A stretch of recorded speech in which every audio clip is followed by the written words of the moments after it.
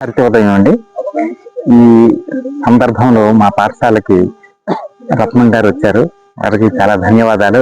విద్యార్థులకు మరి ఈ వాతావరణంలో మొక్కల యొక్క ఆవశ్యకత మరియు సమతుల్యత గురించి, ఇంకా కొన్ని జీవరాశులు అంతరించిపోవడం గురించి కూడా నాకు చాలా విపులంగా తెలియజేశారు. ముఖ్యంగా పశుపక్షాదులు ఎట్లాగా వాటిని బ్యాలెన్స్ చేయడం అనేది, ఆ విషయాన్ని కూడాను, నేచర్ ఫార్మింగ్ కూడా కొద్దిగా దగ్గరగా ఇవన్నీ విషయాలు కూడా మరి తెలియజేయడం అనేది చాలా సంతోషించదగ్గ విషయం. తర్వాత అంతేకాకుండా మ్యాంగో మ్యాన్ అప్పాజీ గారు కూడా ఇక్కడికి విచ్చేసి ఉన్నారు.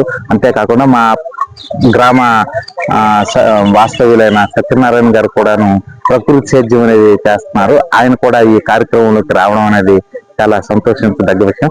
ఈ ఈ విధంగా ఎట్లాగా ఈ విషయాలన్నింటినీ విద్యార్థులకు తెలియజేయడం వల్ల భవిష్యత్ తరాలకు కూడాను ఈ జ్ఞానాన్ని, ఈ విధమైన మంచి ప్రకృతి సేద్యాన్ని చేయడము ప్లస్ పర్యావరణాన్ని పరిరక్షించడం కూడాను మంచి విషయం తెలియజేస్తుంది.